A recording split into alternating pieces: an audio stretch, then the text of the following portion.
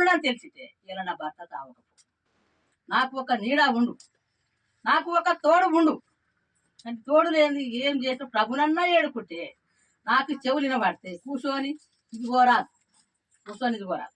ఈ అయ్యవారిని నమ్ముకునే ప్రభును నమ్ముకున్న వరక జర కొంచెం కొంచెం ఈ చెవులన్నీ జర కొంచెం కొంచెం వినబడతాయి. కంటి చూపు కూడా కనబడుతుంది, ఒకటే కన్ను కనబడుతుంది. డాక్టర్ దానికి పోతే ఏమన్నాడు, 30,000 కావాలను. ఆపరేషన్ చేసినాక ఇది చేస్తాను. నేను ఆపరేషన్ అంటే ముందే భయపెట్టాను. ఆపరేషన్ నేను భరించుకోలేదు.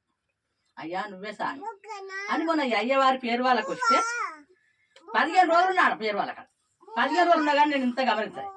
కానీ అక్కడ కొడుకు వాళ్ళు ఏం చేశారంటే అన్నదానం చేశారు. అక్కడ ప్రార్థన చేసి అన్నదానం చేశారు. ఆడిపోయినాక నేను పరిచయం చేసుకుంటాను. కానీ నా బిడ్డ అన్నది కూడా ఆదాలి.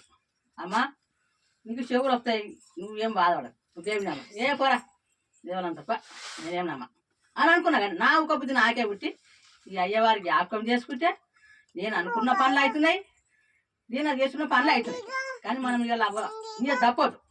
కానీ అయ్యవారికి నేను అనుకున్న పనులు కావాలి, నాకు కన్ను కానీ రావాలి, నా పిల్లలకు తొట్టెలు కావాలి.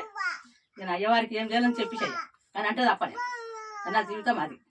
మీ అందరికీ వందనాలు.